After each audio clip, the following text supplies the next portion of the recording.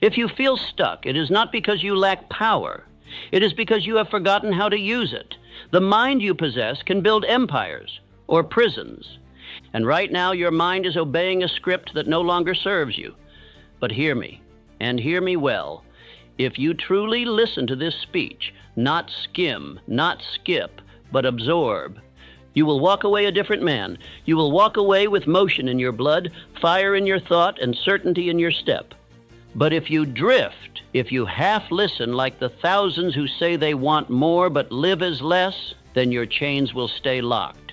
Not because you are weak, but because you refuse to listen. So I offer you this moment. The key is here. The chain is rusted, and freedom is waiting on the other side of your decision to hear every word. You were not born to drift. You were born to dominate. And yet, you find yourself here, alive but not truly living, awake but not fully aware, stuck. Not because your legs are tied, but because your thoughts are. This is the tragedy of the modern man. He walks freely through the world while being held hostage in the mind. You see, most men live inside invisible cages, cages built not of iron or stone, but of fear, of doubt, of indecision, cages built from the beliefs of others, inherited stories, childhood whispers, rejections that hardened into walls. The bars, they sound like this: I'm too late. I'm not ready. What if I fail again? And here is the truth you must confront now, not gently, but with fire. If you do not destroy this cage, it will bury you alive. If you do not take command of your mind, your life will not be your own. And if you wait for clarity, confidence, or permission, you will rot waiting. This is where most remain, a slow decay of potential. Their vision turns to fog, their ambition to fatigue. They blame the world, the timing, the conditions, but never the true jailer, their thoughts. Now let me tell you what they will never tell you. You can escape. You can break it all, but it will require war, a war against comfort, against false identity, against the voice that says, you should be grateful for what you have, while deep inside, you know you were meant for more. Story. Henry Ford was not the smartest engineer. He was mocked, laughed at, even sued. But do you know what he never allowed? He never permitted the doubt of others to become the doubt within himself. He said, whether you think you can or you think you can't, you're right. And with that, he shattered the bars of limitation that society tried to place on him. That quote is not a phrase, it is a formula. Thought equals identity. Identity equals action. Action equals reality. And if your thoughts are sick, so is your life. Now here is your first practice, and take out a notebook, a page, anything, and write this sentence. The reason I feel stuck is, then write. Write until the truth stings. Is it fear? Is it laziness disguised as overthinking? Is it shame? And then below that, write, if I do not change this, what will my life look like in 5 years? Look at it. Feel it. Let it disgust you. Because disgust is often the beginning of change. Affirmation. I am not stuck. I am being summoned to rise. Say it again, now louder, now with the force of someone breaking out of a cell. This moment is not the end. It is the breaking point, the one you'll remember as the beginning of everything. But only if you act, only if you listen, all the way through, because the next part will show you the root of your chain and how to melt it with a single truth. Ready? Let's continue. The reason most men stay stuck is simple. They are waiting for a feeling, a sign, a surge of certainty. They want the fire before the first spark. But the subconscious does not work that way. It is not a motivator. It is a mirror. It does not care if you succeed. It does not care if you remain average. It does not care if you become a legend or a ghost. It simply reflects what you repeat, not what you wish. You may say you want freedom, but if your internal language is, I don't think I can do this, I always sabotage myself, I've never been consistent, then that is exactly what you will live, because the subconscious does not argue. It obeys. It is the most powerful servant in the world, and yet most treat it like a distant stranger, whispering uncertainty instead of issuing command. Here's what you must understand now. Your subconscious will not wake you up one day with confidence. It will not kick in when the timing is right. It will only echo the orders you consistently give it, whether those orders are destructive or divine. Let me tell you a story that proves this truth. The man failed 10,000 times before creating the light bulb. And when they asked him why he kept going, why he didn't stop, he didn't say, "Because I felt good." He didn't say, "Because I was confident." He said, "I didn't fail. I found 10,000 ways that didn't work." That is not the voice of emotion. That is the voice of command. Edison did not ask his subconscious for permission to keep going. He trained it to believe that success was inevitable, no matter the delay. He didn't hope to become successful. He installed it through daily repetition, decision, and identity. And you must do the same, because the longer you feed hesitation, the more it becomes your script. The longer you dwell on weakness, the more it becomes your identity. The longer you wait to feel like it, the more your subconscious learns that comfort is your commander. So here is your practice. Not someday, not later. Now, write this down. The belief that keeps me stuck is... Identify it. Name it. Don't dress it up. Don't make it poetic. Be real. Is it, "I'll never be like them. Every time I try, I mess up. I'm too old. I missed my window. I'm not smart enough"? Write the ugliest one, the one that lives the deepest. And then burn it, literally. Take that page and burn it like a ceremony, because that belief is not welcome anymore. Now write its replacement. I command my mind to obey this new identity. And follow it with this. I am the man who executes. I am the man who finishes. I am the man who succeeds. Repeat it, loud, slow, with conviction. Do it 100 times this week, aloud, in front of the mirror, while walking, while alone, every single day. You are not just saying words. You are laying new bricks in the house of your mind. You are rewriting the programming that has silently sabotaged your life. Because again, the subconscious does not argue, it obeys. So if it must obey something, let it obey the highest version of you. Let it obey the man who acts without permission. Let it obey the voice of purpose, not fear.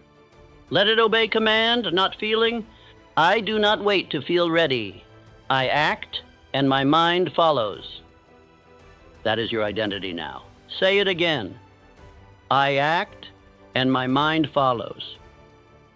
Now breathe, stand, look yourself in the eyes. The man you just spoke to, that man is being built. With every repetition, with every step, with every command, he's coming. You are not just a product of your choices, you are a reflection of your environment. The voices you hear, the habits you witness, the energy that surrounds you, all of it. Every piece of your daily atmosphere is a silent architect of your beliefs. Environment is not passive, it is active. And if you feel stuck, it's likely because your environment is pulling you backward, while your soul is begging you to move forward. You rise to the level of what surrounds you, or you remain at the level of what surrounds you. That is the law. You may have the vision of a king, but if you live inside a kingdom of excuses, you will speak like them, act like them, and eventually believe you are one of them. Let me tell you something very few will say out loud. If you stay in a room that normalizes delay, mediocrity, distraction, and fear, you will never rise, no matter how strong your mind is. Your subconscious does not only listen to you, it listens to the rhythm of the people, habits, and messages you allow around you. This is why Andrew Carnegie didn't just build steel. He built a mastermind, a group of men whose very presence forced expansion. Men who did not ask, "Is this too bold?" Men who challenged each other to act before comfort arrived. Men whose standards were so high that even standing beside them made you think bigger, because energy is contagious. And if you spend too much time around the energy of fear, doubt, and stagnation, you will catch it. You will call it logic or realism or just being practical. But the truth is, you've caught the infection of smallness. And here's the most dangerous part. If you stay in that environment long enough, it starts to feel normal. And once something becomes normal, it becomes sacred. You start defending the very thing that is keeping you stuck. You say things like, oh, that's just how I am. So that's just the way my schedule is. I don't have people like that around me. Listen to me. That's not how you are. That's how you've been programmed. Your environment carved that pattern into you, and your silence maintained it. But today, you carve something new. If you want your subconscious to believe that a new life is beginning, you must change something physical in your environment. It can be simple, but it must be deliberate. Rearrange your desk, clear the clutter in your room. Replace a piece of art, or remove something that no longer represents your future. Throw out something you've kept out of guilt or fear. Set an alarm that goes off every day with your new identity phrase. This is not decoration. This is declaration. You are telling your subconscious, I no longer live in the house of my former self. I no longer sleep in the bed of delay. I no longer walk in the shoes of the man who was stuck. Even a single object change with purpose is a seed planted in the subconscious. And once it sees one seed, it becomes willing to grow more. Beyond the visible environment, audit the invisible. Who are you listening to daily? What voices speak into your mind through books, audio, or casual conversations? Do you keep company with doubters or builders? Let this be your rule. If a man would laugh at your dream, he is not qualified to speak into your process. If a man would flinch at your ambition, he cannot advise your discipline. You must surround yourself with standards, not sympathy. There's nothing wrong with love and support. But if your circle only loves you as you are, and not as you could become, then they are not your circle. They are your cage. Even if you're alone right now, you can build a new circle. Start with books. Start with the men who already lived as you want to live. Let their stories become your environment. Read Carnegie, read Ford, read Edison. Watch what they did, copy their rituals, adopt their mindset like armor. You don't need a new friend group to change. You need a new frequency. And once you embody that, the right people will appear. Growth does not tolerate comfort. You cannot grow in the same room where you started doubting yourself. You cannot evolve while clinging to the same schedule that keeps you busy but never makes you better. You cannot rise while everything around you reminds you of the man you're trying to leave behind, so shift something. Now today, rearrange your space, upgrade what you see. Change what you listen to, audit what you tolerate, because the subconscious watches it all, and the moment it sees that you're no longer acting like the old version of you, it begins to build the new one. Every man is ruled by something. Whether he knows it or not, he bows to a voice, and that voice dictates the quality of his life. Some men are ruled by a memory they never made peace with. Others obey a set of fears passed down to them like heirlooms. Some follow the voice of their father, their mother, their teacher, or the echo of a failure that's grown louder with time. But no man escapes the law. You become what you consistently obey. And so the question is not, what do you want? The question is, whose voice do you follow when no one is watching? That voice, not your goal, is what determines your direction.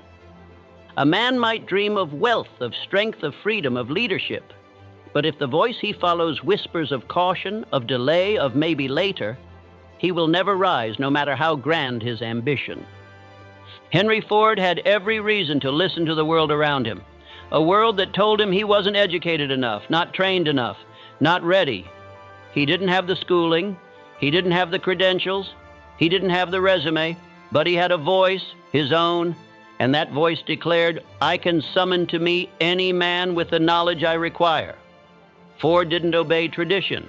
He didn't obey the experts. He didn't obey fear. He obeyed his vision, and because of that, he built an empire.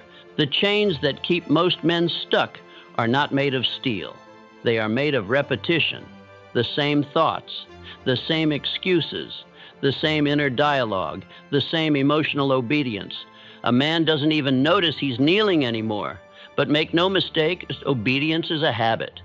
And the more you follow a weak voice, the more you reinforce the identity that you are weak. Ask yourself now and write it down. Who am I obeying? Am I obeying fear? Am I obeying my comfort? Am I obeying my old self, the one who decided he couldn't long before he ever tried? Or am I obeying a higher command, a vision, a mission, a standard that burns even when I don't feel like following it? You may believe you lack discipline. You don't. You've just been trained to obey the wrong voice. Start observing. When you say, "I'll do it later," whose voice is that? When you delay the workout, avoid the risk, hide from the confrontation. What voice are you following? And when you do act in power, when you move decisively, speak clearly, stand tall, what voice did you listen to then? There are only two commands in every moment. One leads to freedom and the other to slavery. You are always choosing one. Every action is allegiance. You are either reinforcing the identity of the man you were or the man you are becoming. Your breakthrough will not come from another technique, another strategy, another external answer. Your breakthrough will come the day you stop listening to the weak voice and start obeying the one that sees your future. So I ask you now with ruthless honesty, do you obey fear? Do you obey your past? Or do you obey vision? This is not just mindset. This is warfare. And the battlefield is between your ears. Every man hears both voices, one that pulls him toward destiny and one that pulls him back into the mud of the familiar. The difference between the weak and the strong is not that one hears less noise. It's that the strong refuse to obey the noise. It doesn't matter how loud your fear gets. It only matters how often you answer it. You feed it by obeying it, and so now you shift. From this moment forward, your new creed must be this: I obey command, not comfort. I follow the voice of my future, not my past. Repeat it until it sticks. Speak it aloud. Etch it into your day. Whisper it before you act. Then test it. When your alarm rings early and your body says stay, whisper, I obey command, not comfort. When it's time to write, build, speak, or show up, and your doubt says you're not ready, whisper, I follow the voice of my future, not my past. And when you feel resistance rise and you're tempted to retreat, declare, I am not ruled by what I feel. I am ruled by what I choose. You are not the only one who has ever had to disobey fear to become free. Carnegie disobeyed the voices that told him to stay small. Lincoln disobeyed the voices that begged him to bend under pressure. Edison disobeyed the voice of impossible 10,000 times.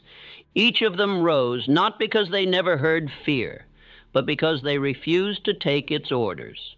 So now the decision belongs to you. In every breath, in every act, in every moment, what voice will you obey? Obedience is not neutral. It builds identity, and whatever you obey, you become. The man who is free is not the one who feels no fear. He is the one who listens and disobeys. Most men are not stuck because they lack desire. They are stuck because their desire is a fog, hazy, undefined, and ever-shifting. They feel hunger, yes. They feel ambition, yes. But they cannot move forward with power because they do not know where forward is. And so they spin, they work, they grind, and yet they remain exactly where they are. Desire without clarity is like fire without direction. It burns, but it does not forge. There is no force more powerful in the world than a definite desire. A man who knows exactly what he wants becomes immune to most distractions. His will sharpens, his mind filters, his spirit gains weight. You can feel it in the way he walks, the way he speaks, the way he chooses what to ignore. And yet, most never take the time to name their desire. They hope vaguely. They wish passively. They say things like, I want to be successful. I want to be rich. I want to be free. But the subconscious does not respond to vagueness. It requires precision. It needs to be told where to go. Desire, real desire, must be carved out of thought like a sculpture from stone.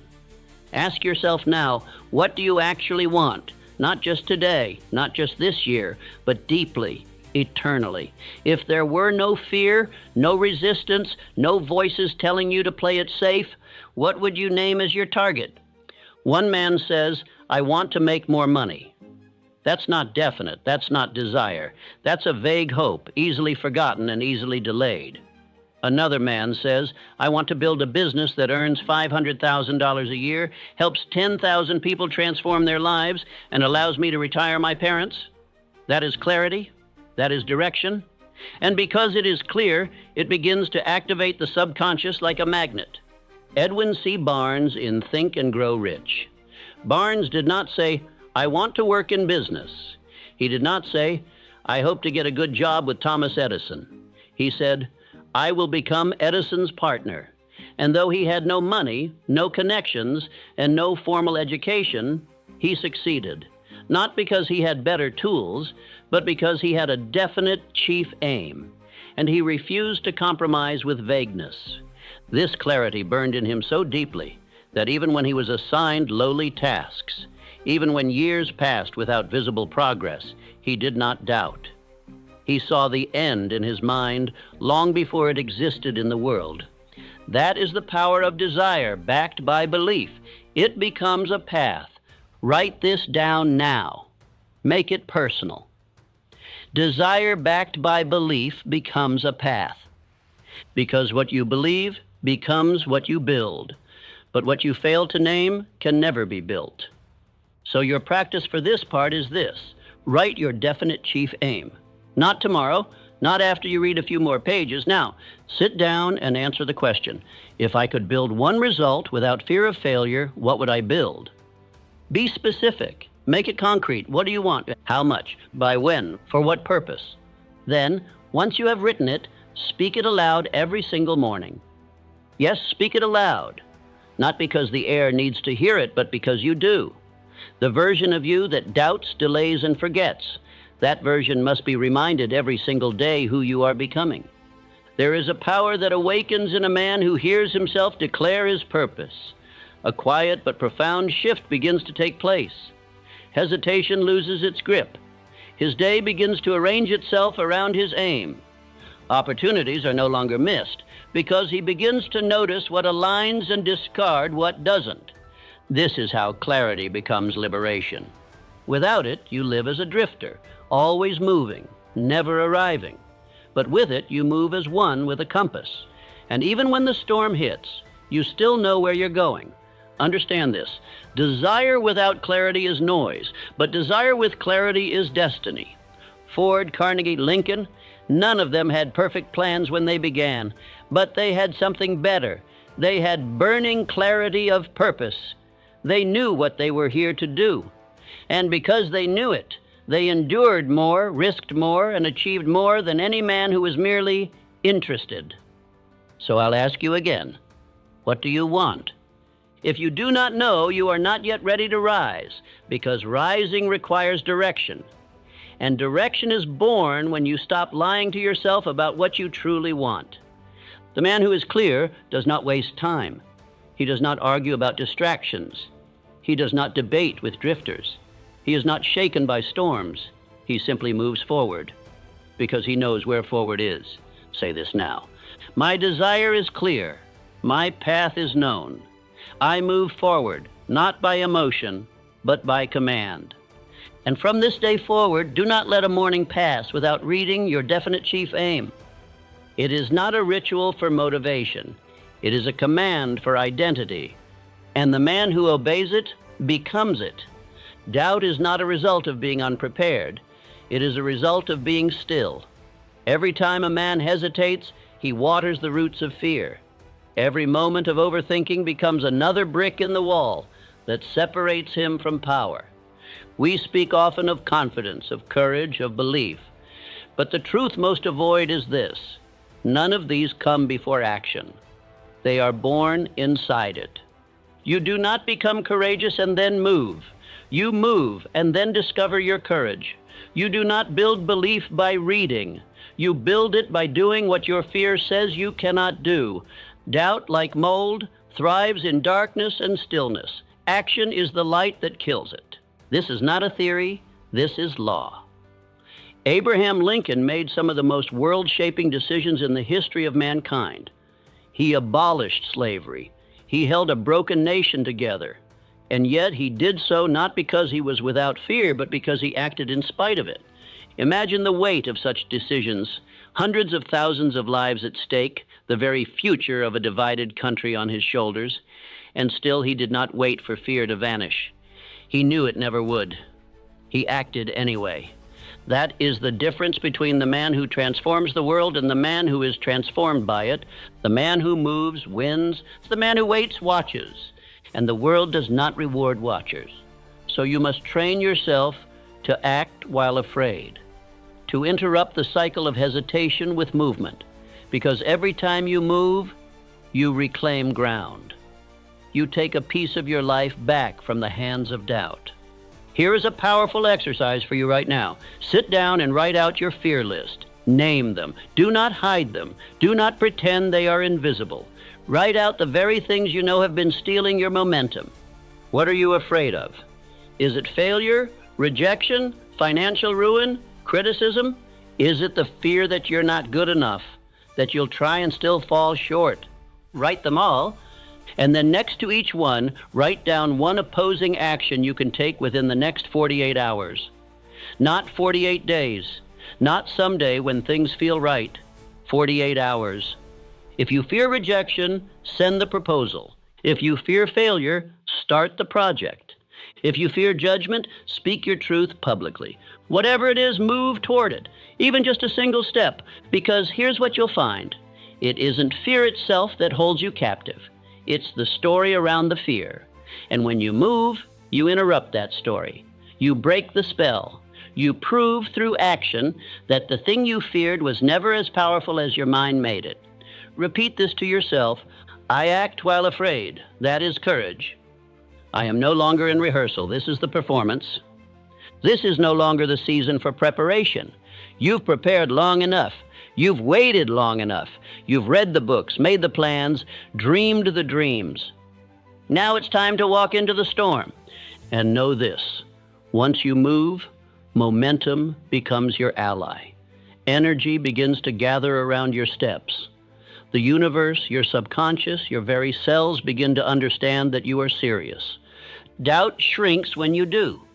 Fear bends when you act, and hesitation dies the moment you disobey it. You do not need to feel ready. You need only to be willing. The man who is willing becomes the man who wins. And if you will make this one shift, this one habit of acting in defiance of fear, you will be reborn. Not because fear disappeared, but because it lost control. So write the list, take the steps, and live the truth. Action is the cure, because the chains that hold you now are not made of metal. They are made of hesitation. Break them. The man who leaves himself a way out takes it. Not always, not instantly, but eventually. And when he does, he forfeits not just the goal. He forfeits the identity that could have been born from staying in the fire. History does not remember the men who played it safe. It remembers those who went all in. Henry Ford invested everything he had into the Model T. And when his advisors, his bankers, his engineers told him it couldn't be done, he didn't look for alternatives. He didn't pivot. He didn't hedge his bet. He said, produce it anyway. He gave himself no escape route. That's why the Model T didn't just change transportation. It changed history, because the man behind it had no option but victory. Most people fail, not because they lack skill, but because they keep their exits open. They say things like, if it doesn't work out, I'll go back to school. If this doesn't take off, I'll go back to the old job. I'll try this for a while, but keep my other options open. But if you leave the door unlocked, fear will find it. You must understand, every escape plan is a vote against your own success. There is only one way to build something great, and that is to walk to the edge, light the bridge behind you on fire, and say to yourself, There is no going back. I will win or I will die trying. That may sound extreme to the comfortable man, but the man who is ready to rise understands. Comfort never produced greatness. Certainty never birthed transformation, and safety never wrote history. If you truly want freedom, you must give up the illusion of fallback, because every time you fall back on something, you fall back into someone. The man you used to be, the one who doubted, the one who delayed, the one who settled. And every time you return to him, you make him stronger. You give him a voice, you say your way is still an option. It cannot be. You must burn the bridge. Here's your practice. Declare your goal publicly. Speak it out loud. Write it where you can see it every day. Let others know. This creates accountability. It forces your subconscious to align with your commitment. Then remove the backup plan. Delete the plan B. Stop investing energy into alternatives. Put your time, money, attention, and heart into one direction. Not 10, not 2, 1. That does not mean you act foolishly. It means you act decisively. Because when your back is against the wall, the real you shows up. The version of you that you didn't know existed. The one that performs, that solves, that creates, that endures. That version cannot emerge while you're still holding the keys to your escape. Say this now. I do not keep the door open. I burn the bridge behind me. I do not plan for retreat. I prepare for victory. And write this down. Commit it to memory. He who gives himself the option to quit will. But not you. Not now. You are becoming the man who goes all in, who commits with fire, and who leaves nothing behind but ashes. A man who waits to feel like doing the work will wait his entire life. This is the graveyard of potential. The belief that emotion must lead the way. That if you do not feel like building, you are not ready to build. That if inspiration hasn't arrived, the day cannot begin. But the men who break free, the men who create fortune, influence, and freedom, they do not wait for permission from their mood. They install rituals that override the emotion of the moment. Because motivation is fleeting, but ritual is dependable. And Andrew Carnegie did not build an empire because he was more inspired than others. He built it because he expected from himself and his men a structure of thought and action. His greatest leaders were trained in routine. They were forged in habit. They lived by systems, not feelings. One of Carnegie's most effective requirements for his team was this: no man under my command waits to feel. He begins. He builds. Let this be your standard now. Let this be the shift that frees you. You are no longer allowed to ask yourself how you feel. You ask only, what is the ritual I have committed to today? So here is what I will give you now: a framework. 3 daily rituals that will rewire your identity, restructure your mind, and install within you the discipline of achievement. 1. Morning self-talk.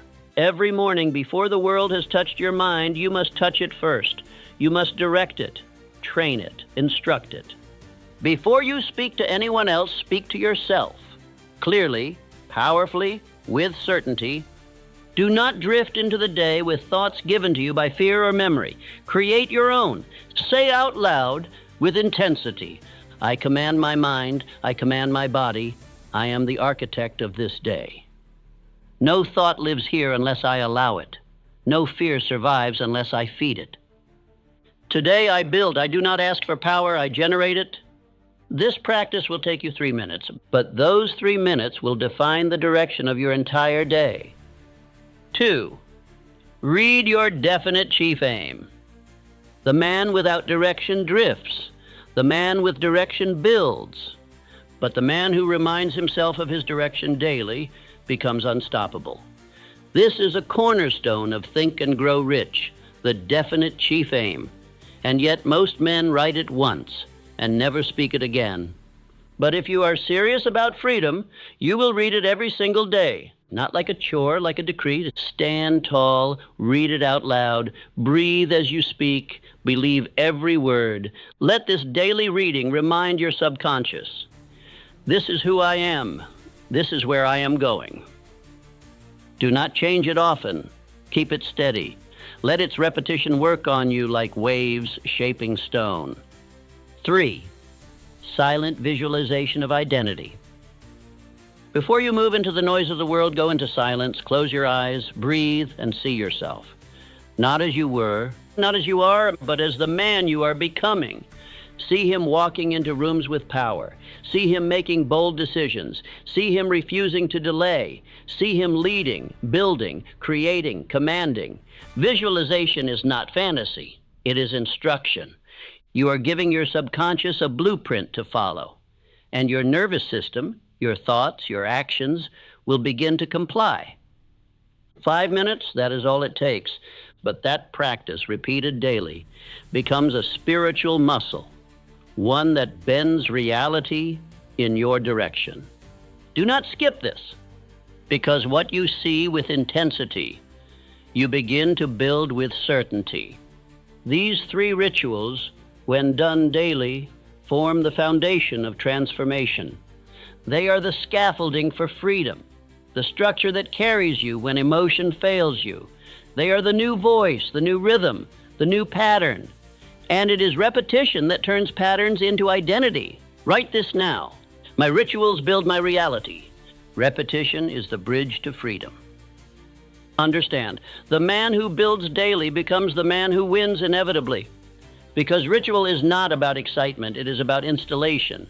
Motivation comes and goes. But systems do not ask questions. They run.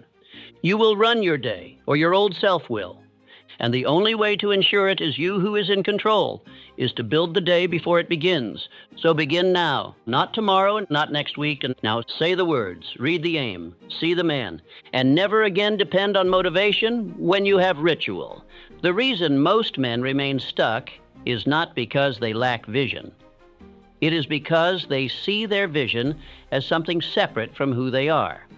They think success is something they achieve, when in truth, it is something they embody. You do not rise to the level of your dreams. You fall to the level of your identity. This is why goals without identity change fail. Because a man may write down a goal, may even speak it aloud for weeks, but if deep within himself he still believes he is not the type of man who earns it, holds it, lives it, he will find 1,000 silent ways to sabotage it. Because identity always wins. The mind will only allow into your life what is consistent with who you believe you are. So you must understand this now. You are not here to try to succeed. You are not here to attempt transformation. You are here to become the man who already lives it. And the bridge to that new identity is visualization. But not the kind where you just imagine the car, or the house, or the money. That is wishful fantasy. That is surface-level dreaming. The kind of visualization that transforms a man is this: seeing yourself as the kind of man who already deserves it. Close your eyes, breathe, and see yourself waking early with power, speaking with clarity, with certainty, commanding rooms, commanding thoughts, executing tasks without delay, rejecting doubt, walking into each day like it is yours to conquer.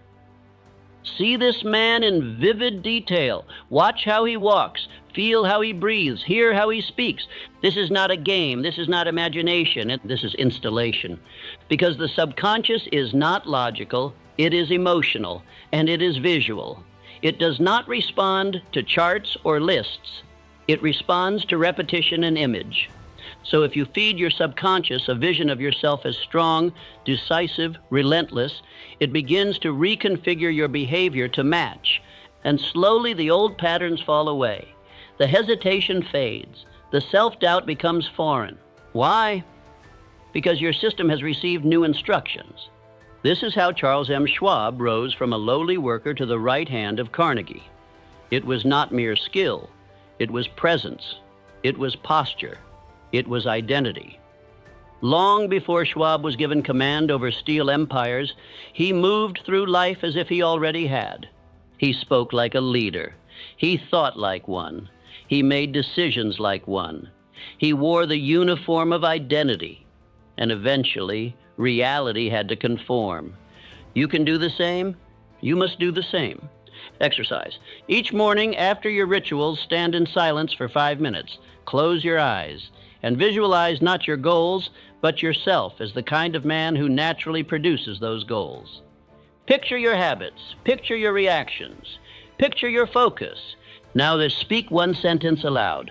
I am not trying to succeed. I am becoming success. Repeat it until it feels like truth. Because when it becomes true on the inside, it will begin to shape the outside. This is the law. This is how you break the chain. By installing a vision of the man you are becoming until